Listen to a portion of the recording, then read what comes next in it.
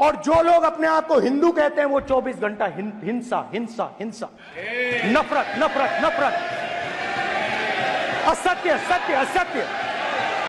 भारतीय गौरक्षा मंच धर्मेश गामी आज रोज લોકસભાની અંદર માનનીય વિરોધ પક્ષના નેતા શ્રીમાન રાહુલ ગાંધીજી દ્વારા જે રીતનું વક્તવ્ય આપવામાં આવ્યું અને હિન્દુઓને હિંસક તેમજ અસત્યવાદી કયા છે તે બાબતે મારી લાગણી દુભાઈ છે।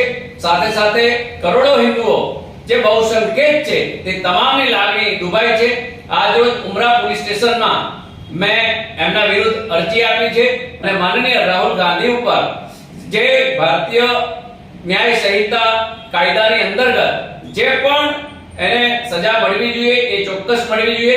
કાયદાની ઉપર કોઈ પણ વ્યક્તિ નથી એટલે કોઈની લાગણી દુભાવવાનો કોઈ પણ નેતાનો અધિકાર કે હક નથી।